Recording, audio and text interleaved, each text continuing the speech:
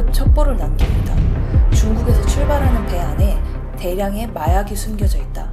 다음날 새벽 6시 30분 강릉 옥계항에 그 배가 입항하자 관세청과 해양경찰청은 90명의 수사요원과 약 탐지견을 동원해 정밀 수색에 들어갔습니다. 기관실 뒤편에서 밀씨를 찾아냈고 곧 믿기 힘든 광경이 펼쳐집니다. 그 안에는 무려 2톤의 약이 발견된 거죠.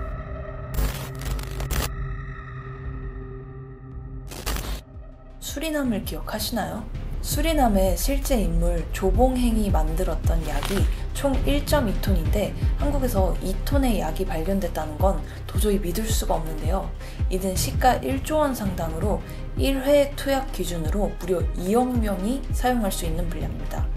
이건 단순한 개인이 벌일 수 있는 범죄가 아니에요. 거대 카르텔의 개입이 있어야지만 가능한 수치고 이는 곧 국가의 안보와도 직결된 문제입니다. 그런데 이런 초대형 약 범죄가 벌어졌는데 이상하리만큼 조용히 묻히고 있습니다. 왜일까요?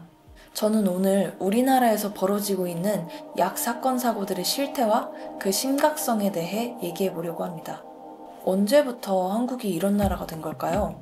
불과 얼마 전까지만 해도 우리나라는 약청정국이라는 말을 정말 많이 들었는데 말이죠. 대검찰청에서 발표한 약 범죄 데이터를 한번 볼까요? 어느 순간 약 관련 범죄가 폭발적으로 늘어나는 특이점이 있습니다. 바로 2018년, 이때부터 약 관련 범죄가 폭발적으로 늘기 시작했는데요. 10대와 20대 약 사범은 무려 5년간 무려 3배 가까이 증가했습니다. 또한 21년 식약처 조사 결과 전국의 하수도에서 매일매일 4만 명이 투약 가능한 분량의 필폰이 배출된다는 결과까지 나왔다고 해요. 대체 이 기간 동안 무슨 일이 벌어진 걸까요? 답을 알기 위해서는 문재인 정부와 민주당의 행적을 되돌아볼 필요가 있어요. 문재인 정권은 검찰이 마약 수사를 제대로 못하도록 손발을 하나둘씩 잘라냈고 결국 2022년 검찰의 수사권을 완전히 박탈한다 라는 의미의 검수완박 법안을 통과시켜 검찰의 직접 수사 권한을 크게 제한했습니다. 그 결과 마약 수사는 경찰로 넘어갔고 검찰은 더 이상 직접 수사에 나설 수 없게 되었어요. 이에 당시 윤석열 검찰총장은 검수완박에 크게 반발했습니다. 지금 진행 중인 이 소위 말하는 검수완판 이라고 하는 것은 어떤 부패를 완전히 통치게 하는 부패 완판으로서 헌법 정신에 크게 위배되는 것이고 국가와 정부의 헌법상 책임을 저버리는 것이라고 저는 생각합니다. 또한 이번 탄핵 정국에서 큰 논란이 되었던 공수처. 공수처 역시 문재인 정권 때 만들어졌는데요. 당시 검찰총장이었던 윤석열은 미국의 DEA와 같은 약청을 설치해야 한다고 주장했지만 이 역시 받아들여지지 않았어요. 문재인 정권이 이렇게 검찰과 윤석열 죽이기에 들어가자 검찰총장 윤석열은 결국 이를 계기로 총장직에서 사퇴해 대통령에 출마합니다. 그리고는 약과의 전쟁을 선포하게 됐습니다. 어느새 우리 주변으로 깊이 침투하고 있는 이 마약 범죄 역시 마약 사범이 연소화되고 초범 비율이 증가하는 상황인 만큼 유관 기관은 물론이거니와 국제사회와 적극 협력해서 기민하게 대응해 주시기를 당부드립니다. 특히 우리 미래 세대를 지켜야 한다는 사명감으로 마약과의 전쟁에서 반드시 승리해 주십시오. 윤석열 대통령은 약과의 전쟁을 선포하며 문재인 정부가 폐지시켰던 대검찰청의 약 관련 수사 조직을 다시 부활시킵니다. 그런데 민주당은 이에 탐탁치 않은 반응을 보였는데요. 5년 사이에 불과 5배 늘어난 수준입니다. 이것을 가지고 대통령이 나와서 또 법무장관이 나와서 마약과의 전쟁 이렇게 얘기하는 것은 뭔가 의도가 불순해 보이는 겁니다. 5년 사이에 5배 증가가 그렇게 마약과의 전쟁을 선포할 수준은 아니죠. 그 시행령에 의한 검찰의 직접 수사 부분 여지가 있다면 저희들 민주당에 알려달라, 신고해달라라고 지금 간곡하게 말씀드립니다. 이게 대체 무슨 말이죠? 민주당은 마치 약사범들을 나서서 보호해주는 느낌이 드네요. 이렇게 민주당은 계속해서 약 관련 수사에 브레이크를 넣었는데요. 바로 약 수사에 쓰이는 검찰의 특수활동비와 특정 업무 경비를 전액 삭감시켜버립니다. 영원. 진짜 단 한 푼도 남기지 않았어요. 검찰 특수활동비 80억 900만 원은 내역을 전혀 입증하지 않았기 때문에 전액 삭감했습니다. 또한 특수활동비와 업무 추진비의 중간쯤 있는 검찰의 특정 업무 경비 이 또한 506억 9,100만 원은 내역을 입증하지 못했기 때문에 전액 삭감했습니다. 이들이 내세운 논리는 입증되지 않은 예산이기 때문인데요. 투명성을 강화해야 한다는 주장은 그럴듯해 보이지만 현실은 전혀 다릅니다. 여러분, 영화 보면 잠입 수사하는 장면 많이 보셨죠?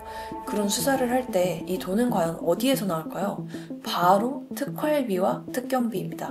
그런데 이걸 세부 내역까지 전부 공개하라는 건 경찰과 검찰이 어떻게 움직이는지 범죄자한테 다 알려줘라 라는 말과 다를 게 없어요. 그래서 특활비와 특경비는 원래부터 기밀 유지가 전제된 예산이고 민주당도 이걸 모르는 게 아닙니다. 그 액수를 뭐 부서별 기관별 사용하는 내용들을 밝히는 것은 또 특활비 편성 취지에 맞지 않다는. 특수활동비하고 특경비가 줄어든 것은 그동안에 자료를 제출하라고 예산안 심사를 위해서 자료를 제출하라고 하는데 계속 제출을 안 했습니다. 그러다 보니까 이게 전액 삭감이 된 것인데 본인들이 정권을 잡았을 때는 되고 지금은 안 된다? 이렇듯 민주당의 내로남불 정책은 더 이상 약 관련 수사를 할 수 없게 만들었고 범죄자들은 더욱 활개치게 됩니다. 윤석열 대통령이 계엄을 선포하며 괜히 이 부분을 강조한 게 아니에요. 국가 예산 처리도 국가 본질 기능과 마약 범죄 단속, 민생 치안 유지를 위한 모든 주요 예산을 전액 삭감하여 국가 본질 기능을 훼손하고 대한민국을 마약 천국, 민생 치안 공황 상태로 만들었습니다. 특히 제가 자료조사를 하다 놀랐던 건 바로 의료계였어요. 많은 의사들과 약사들이 제대로 확인도 하지 않고 약을 유통시키고 있다는 거였죠. 제보자에 따르면 병원들이 모여있는 하나의 건물에서 7개의 처방전이 나오고 그것을 다 돌면 하루에 무려 300개에서 400개의 약을 구할 수 있다고 했죠. 의사들은 제대로 된 진단을 하지 않았고 심지어 펜닐 같은 심각한 약까지 가능했습니다. 이제는 병원이 합법적인 약 공급의 루트가 되어버린 거예요. 사실 의사들에 대한 부분들도 할 말이 많은데요. 이렇게 부도덕한 의사들도 많지만 의사의 자질을 제대로 갖추지 못한 실력 없는 의사들이 점점 늘어나고 있다고 합니다. 실력 없는 의사? 이게 무슨 말일까요? 한마디로 의사가 될 실력이 아닌 사람이 의사를 하고 있다는 겁니다. 이게 어떻게 가능할까요? 지금 한국에는 많은 대학들이 외국인 입학 특혜 전형을 두고 있는데요. 말은 그럴싸해 보이지만 이건 사실상 화교 입학 특혜 전형입니다. 왜냐? 지금 한국에 체류 중인 화교들은 전체 외국 국적 동포의 77.5%에 달하고 그 수가 무려 70만에 가깝기 때문이에요. 실제로 2004년 화교 경제인 협회에서 발표한 통계에 따르면 협회 회원의 27.7%가 의학업 종사자라는 사실도 밝혀졌죠. 이건 단순한 약만의 문제가 아니라 외국 조직, 특히 중국과 대만 화교들이 우리 사회에 깊숙이 들어와 있다는 신호입니다. 중국산 마약류를 유통하고 투약한 중국 동포 출신 47명이 검거돼 필로폰을 상습적으로 흡입하고 유통까지 한 20, 30대 중국 동포 2세가 중국에서 필로폰 등 다량의 마약을 국내에 밀반입한 중국인과 일당이 구속됐습니다. 2018년 대만의 최대 폭력 조직 중련방은 한국에 152kg의 필폰을 들여왔습니다.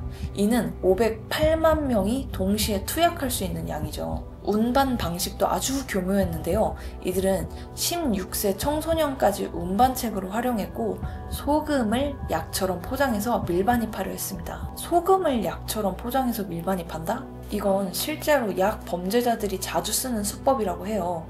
약 관련 범죄는 중국과 대만뿐만 아니라 태국, 베트남, 필리핀 등 동남아에서 넘어오는 외국인의 문제도 심각한데요. 그중 제일 심각했던 건 경기 남부의 최대 규모로 꼽히는 베트남인 전용 클럽에서 96명 중 12명이 약 투약 혐의로 긴급 체포된 일이 있었고, 이들 중 27명이 불법 체류자와 불법 취업자들이었어요. 이런 걸 보면 트럼프가 왜 불법 이민자들에게 그렇게까지 강경하게 대처하는지 이해가 되지 않나요? And we have to stop fentanyl, and that includes China. Fentanyl has killed this year at least 200,000 people. It's pouring in from China through Mexico and Canada, and they've got to stop it. And if they don't stop it, the tariffs are going to get worse, a lot worse. 이건 단순한 약 범죄 수준이 아니라 한 나라를 무너뜨릴 수 있는 전략 무기입니다. 지금 한국에서 벌어지고 있는 하이브리드 전쟁의 일부죠. 약 청정국에서 주요 소비 시장으로 전락한 한국. 약과의 전쟁에서 승리하지 못한다면 우리나라의 미래는 없습니다.